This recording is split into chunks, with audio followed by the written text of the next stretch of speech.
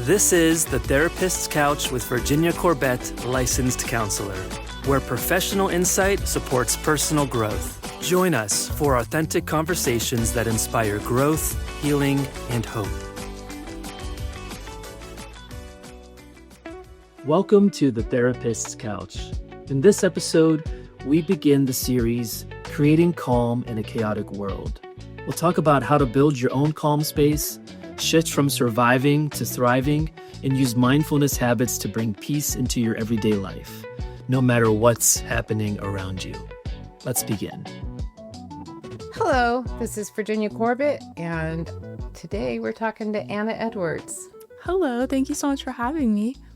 Anna's a fellow therapist, and tell me a little bit about yourself. Tell everybody a little bit about you. I have a background. My bachelor's is in neuroscience, and then I went on to get my master's in marriage and family therapy, and I have been in the field for about 5 years now.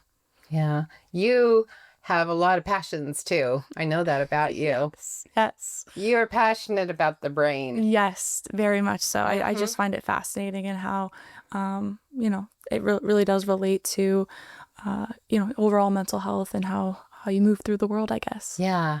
Yeah. And the neuroscience of you, I feel like that really shapes you as a therapist and shapes your point of view. And I love talking to you about brain work. I definitely love it. I feel like it is something that, you continuously can learn about the brain and all the parts of it and how it, like I said, how it does really influence mental health on so many different levels, and also to, how to take care of your brain, how to take care of your mental health. I think that's very important. And it's something that, we have started to really talk about more, which is exciting to see. So, well, and today we're going to really jump in there. This is the first of our series that we're going to do.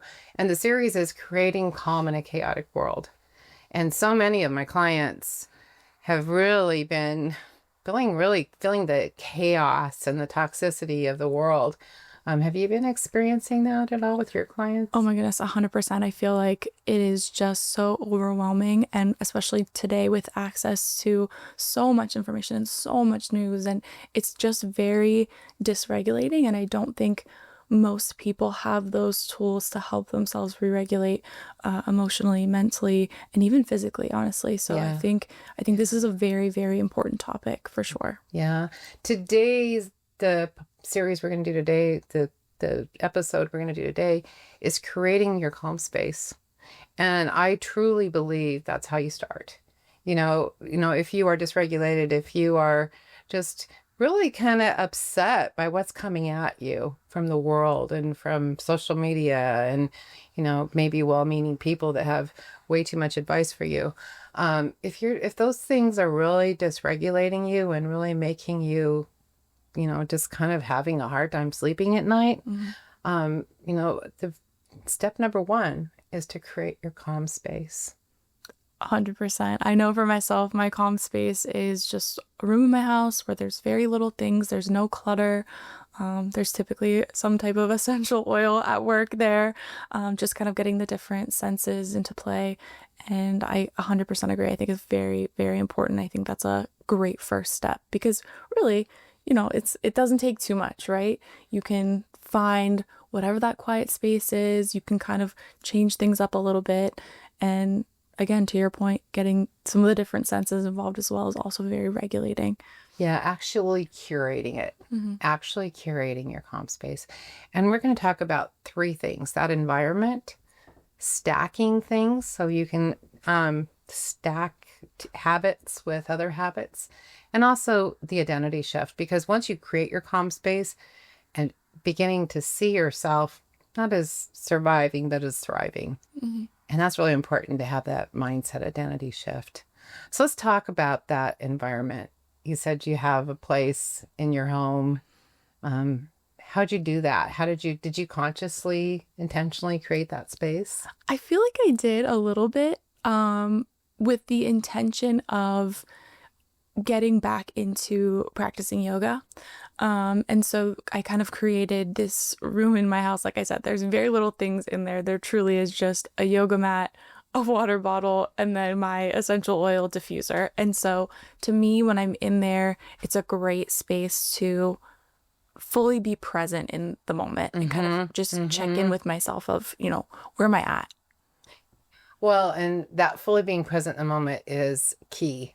It's key because anxiety lives in the future, and when I'm working with my clients, it is not possible to be in the present moment and be stressed unless a room's on fire or someone's fighting, because like right now in this very moment, everything's fine.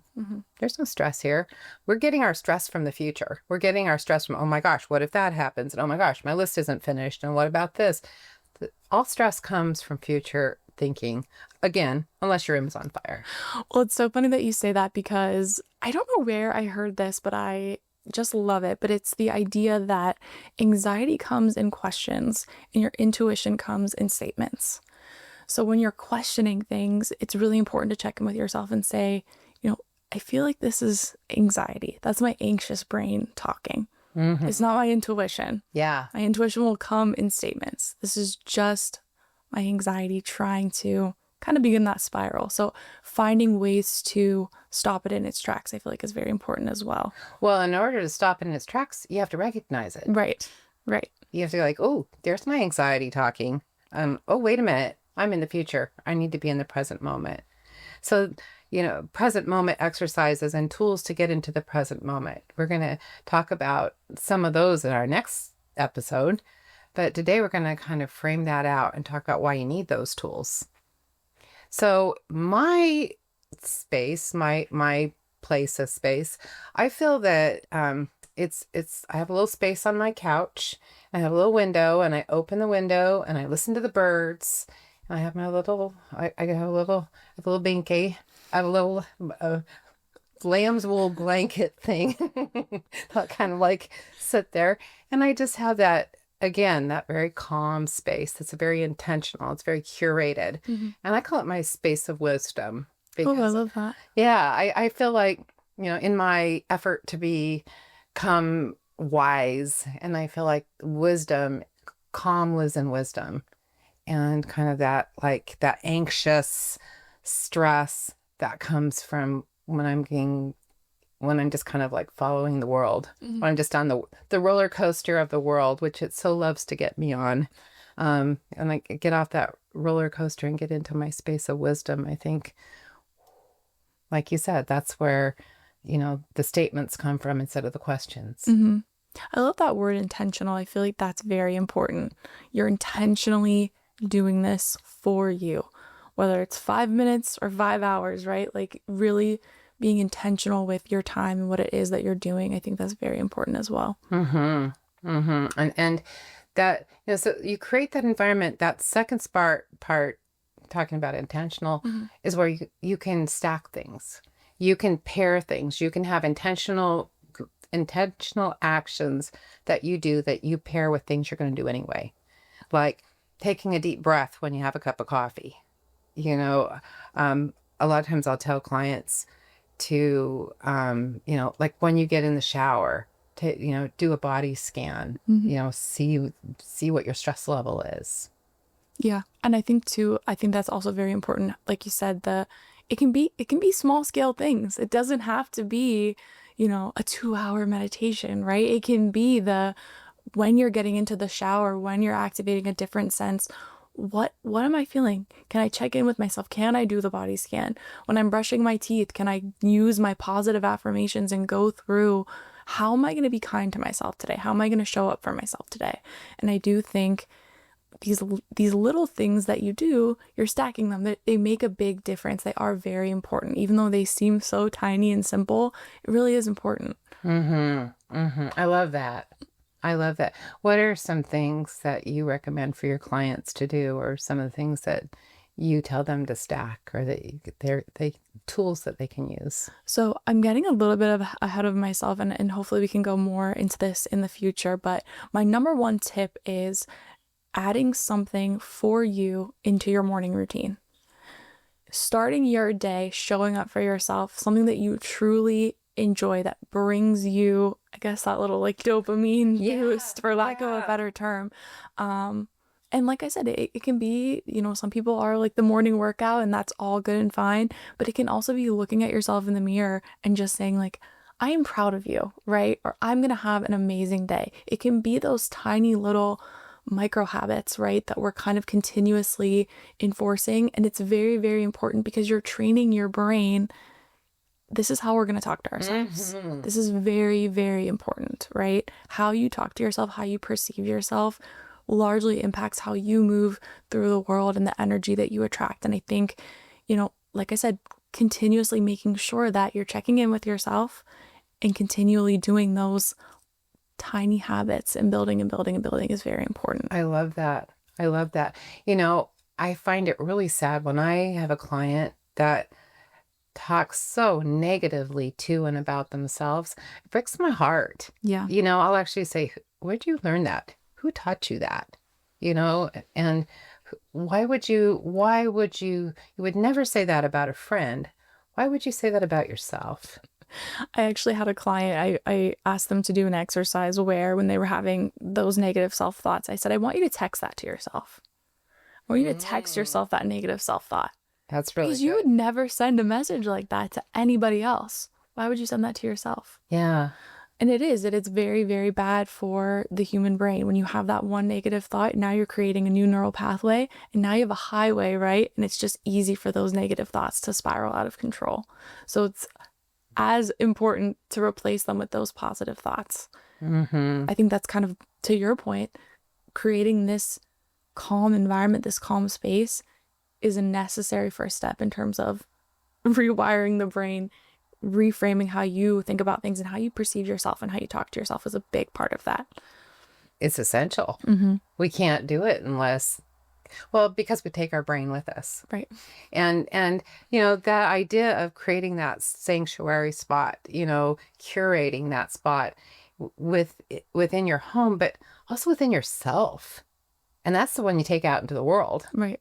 So having that calm part of you that is mobile, your little camper, right? Your sanctuary camper that you take out into the world. No, it is very, very important, for sure. And I love that word intentional. I think that's going to be something I carry around for a little while here. Well, and the third thing is the idea of the identity shift.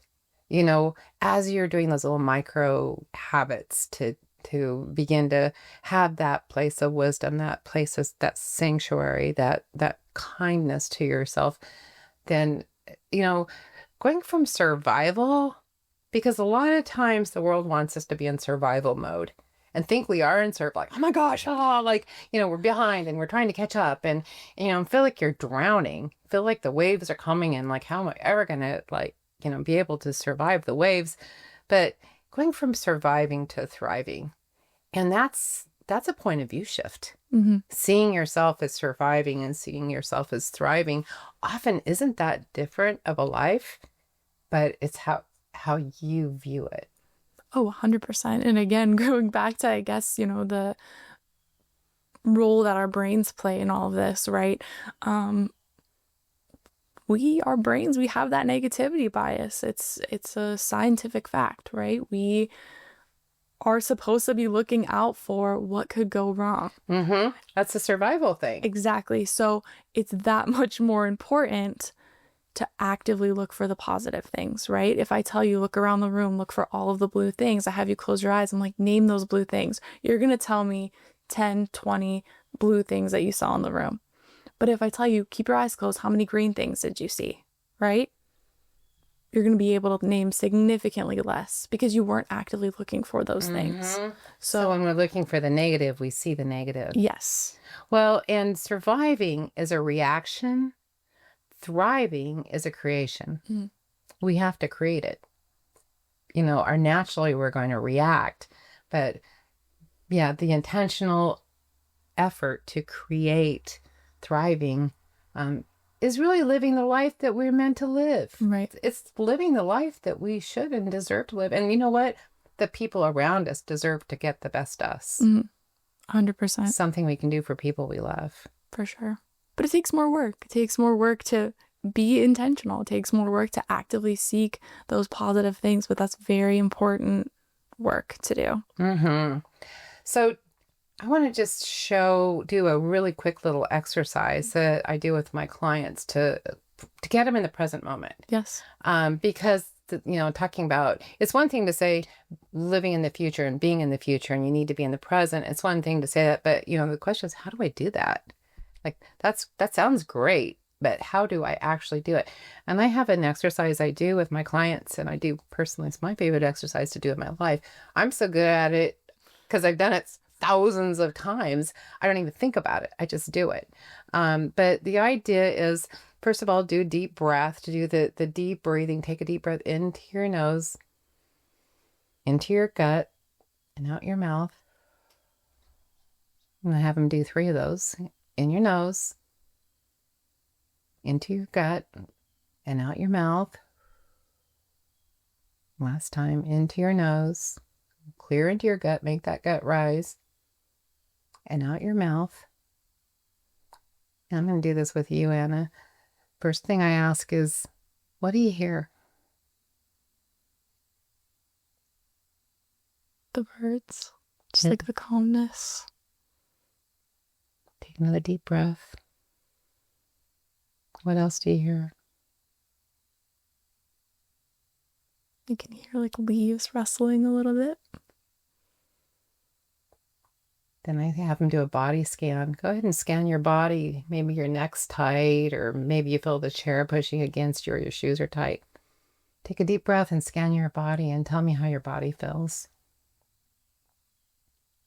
Can definitely feel tension in my shoulders and my neck. I think I tend to hold a lot of stress there for sure. So go ahead and wiggle your shoulders just a little bit. Let go of some of that tension. Take another deep breath. And open your eyes and look anywhere in the room and just tell me something you see. I see a blue book. Tell me about it. What does it look like? Kind of looks, I can't read the words, but it looks like it has some type of body of water, like a lake or a river. And it's like crystal clear blue water. Another deep breath. So what we just did there, what do you hear? What do you see? Just took a minute and anchored ourselves with our senses into the present moment. Because you're like, what are you seeing this very present moment? What are you hearing this present moment?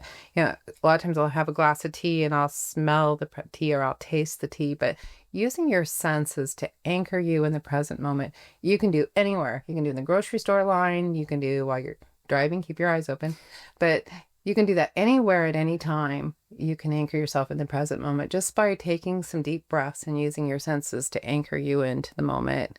And that'll immediately get you right there, and in the present moment, that's where life is happening. Life is not happening in the future. The future actually doesn't exist.